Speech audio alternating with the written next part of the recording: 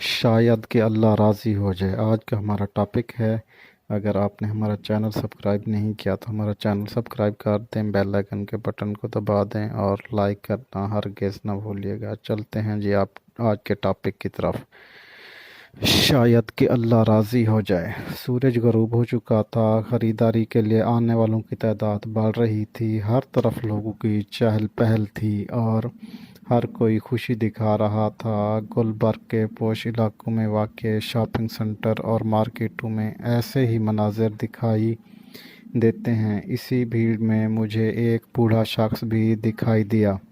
ये बूढ़ा मोमबत्तियाँ लेकर लोगों के पास जाता, लेकिन लोग बाबा जी माफ़ करो या नहीं चाहिए कह के आगे बढ़ जाते। मुझे लगा कि अभी ये बूढ़ा एक तरफ बैठ जाएगा, इसके साथी भिखारी भी जाएंगे, चार्स वाले सिगरेट निकालेंगे और लंबे लंबे कश लगाना शुरू कर देंगे। जब ऐसा कुछ भी ना हुआ तो मैं तेज़ तेज़ कदम उठाता हुआ प्लाजे में दाखिल हो गया। बाहर आकर मैंने चारों तरफ नज़रें दौड़ाई, लेकिन मुझे वो बूढ़ा कहीं दिखाई ना दिया। मैं खुद को कोसने लगा कि मैं इसे पेशावर भिखारी समझता रहा और इसकी मदद भी ना की।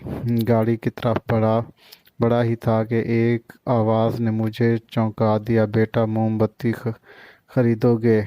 मैंने सर घुमाकर देखा तो वही बूढ़ा मेरे सामने खड़ा था। मैंने पूछा, बाबा जी आप इस सर्दी और बुढ़ापे में भी मजदूरी कर रहे हैं, क्या आपके घर कमाने वाला कोई नहीं? वो बोले, बेटा क्या बताऊं, बस ये समझ लो कि अगर काम नहीं करूंगा तो भूखा मर जाऊंगा।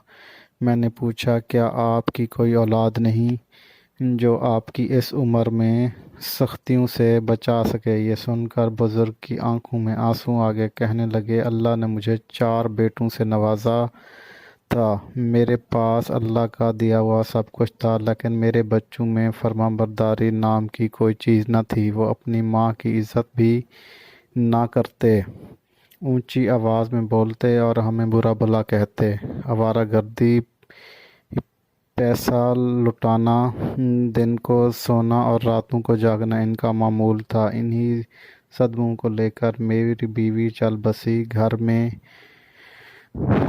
भी इसी के नाम था। बच्चों ने मुझे घर से निकाल दिया। फिर मुझे खबर मिली कि बच्चों ने मकान अपने नाम कराने के लिए जाली कागजात बनवाए, अपनी माँ की कब्र खुदाई और इसका अंगूठा इन कागजात पर लगवाया। मकान बेच दिया और सारे पैसे उड़ा लिए। जब बेचने को कुछ न रहा तो ठोकरें खाने लगे। हमें सताने का नहीं, ये सिला मिला के एक लड़का जहनी तवाज़ुन खो बैठा, दूसरा ट्रेन तले आकर मर गया, तीसरे को और इसकी अपनी औलाद ने कत्ल कर दिया और चौथे ने नहर में छलांग लगाकर खुदकुशी कर ली। ये कहकर वो बच्चों की तरह रोने लगा।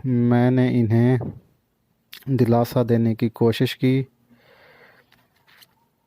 मैंने इन्हें दिलासा देने की कोशिश की, मगर ये जो है ना मुसलसल रोने ही लगे और चुप नहीं कर रहे थे। इसके बाद जनाब ऐसा हुआ कि मुझे भी ये वाक़या याद आता है। मुझे जब ये वाक़या याद आता है तो कुरान की आयत मेरे सामने आकर खड़ी हो जाती है। माल और औलाद इंसान के लिए बहुत बड़ी आजमाइश है, और मुझे नबी का वो फरमान भी याद आ जाता है कि खाक आलूदा हुई इसकी नाक जिसने ज़िंदगी में इसके बूढ़े माँ बाप आ जाएं और वो इनकी खिदमत करके जन्नत ना हासिल कर ले। हम सब इन अरशादात से वाकिफ़ हैं, लेकिन फिर भी दुनिया की सबसे कीमती चीज़ की हम कदर नहीं कर पाते। हमें बचपन से सिखाया जाता है कि माँ बाप के सामने उफ तक नहीं करना, लेकिन हम इनके सामने ऊंची आवाज़ में बोलते और इन्हें ऊंची आवाज़ में झिड़कते हैं। हमें इल्म है कि शिर्क के बाद बदतरीन गुनाह वालिदैन की नाफरमानी है, लेकिन हम हर ہم ہر روز یہ گناہ کرتے ہیں۔ ہم یہ بھی جانتے ہیں کہ ہمارے والدین نے اپنی صحت، سکون، جان تک کو داؤ پر لگایا، لیکن ہم بڑھاپے میں بھی انہیں سکون دینے کو تیار ہی نہیں۔ پھر مجھے قرآن کی وہ آیات بھی یاد آتی ہے کہ یہ دنیا مکافات عمل ہے۔ آج ہمیں ماننا پڑے گا کہ قرآن کی یہ آیات دنیا کی سب سے بڑی حقیقت ہے، اور اس حقیقت سے لاکھ منہ موڑنا چاہیں ہم اسے کبھی جھٹلا نہیں سکتے۔ دنیا کا کوئی معاملہ ہو، یہ حقیقت ہر موڑ پر ہمارے سامنے آ کر کھڑی ہو جاتی ہے۔ آپ کسی معذور پر آوازیں کسیں، کسی یتیم، کسی بیوہ، کسی مسکین کا حق چھینیں، آپ کسی غریب کی بے عزتی کریں، کسی کا کاروبار بند کرائیں، کسی کا روزگار چھینیں، بجائے ان کے کہ ان کے ساتھ آپ اچھائی سے پیش آئیں۔ نہ آپ کسی کا حق ماریں، نہ کسی کو آپ ذلیل کریں، تو آپ کے اولاد بھی اچھی ہوگی۔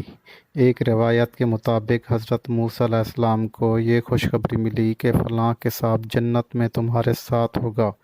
موسیٰ علیہ السلام بڑے حیران ہوئے اور قصاب کی دکان پر پہنچے۔ قصاب اپنی دکان بند کر رہا تھا۔ اس نے گوشت کے چند ٹکڑے لیے اور گھر کی طرف چل پڑا۔ موسیٰ علیہ السلام بھی اس کے پیچھے ہو لیے۔ قصاب گھر پہنچا، گوشت چولہے پر رکھا، یخنی بنائی اور روٹی پکائی اور کھانا لے کر ایک کمرے میں چلا گیا۔ کمرے میں ایک بوڑھی عورت لیٹی ہوئی تھی۔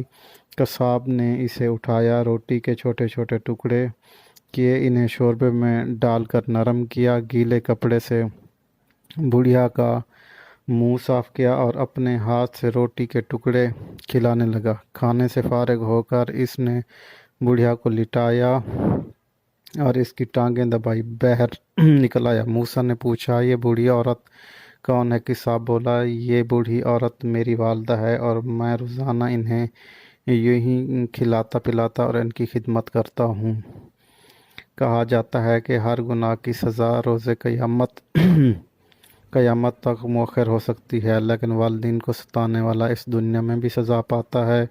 وہ لوگ بڑے بد نصیب ہیں جو والدین کی قدر نہیں کرتے اور ان کے جانے کے بعد باقی زندگی پچھتاتے اور آنسو بہاتے گزارتے رہتے ہیں۔ والدین کی قدر ان سے پوچھے جن کے والدین ان کے ساتھ اس وقت چھوڑ جاتے ہیں جب وہ چلنا بھی نہیں سیکھ پاتے تھے۔ باپ کی شفقت اور ماں کی ممتا سے محروم ایسے بچے معاشرے کے تند و تیز لہروں اور جھلستی ہوئی دھوپ میں اپنی زندگی گزارتے ہیں۔ ایک شخص ساری رات نوافل ادا کرتا ہے، حج، عمرے اور روزے بھی رکھتا ہے، لیکن اللہ نے اس شخص سے اس وقت تک راضی نہیں ہوتا جب وہ اپنے والدین کو راضی نہ کر لے۔ اس سے پہلے کہ دیر ہو جائے، ہمارا نام ان بد نصیبوں کی فہرست میں آ جائے، ہمیں دنیا کی سب سے قیمتی ممتا کی طرف لوٹ جانا چاہیے، شاید کہ اللہ راضی ہو جائے۔ اللہ تعالی ہم سب کا حامی اور ناصر ہو۔